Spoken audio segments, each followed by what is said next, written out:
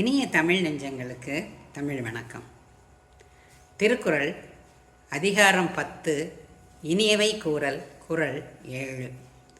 Nine ஈன்று நன்றி பயக்கும் பயன் ஈன்று பண்பின் தலைபிரியா சொல்.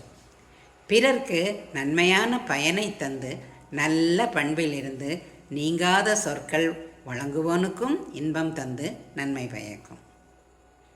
நயன் ஈன்று நன்றி பயக்கும் பயன் ஈன்று பண்பின் தலைபிரியா சொல்.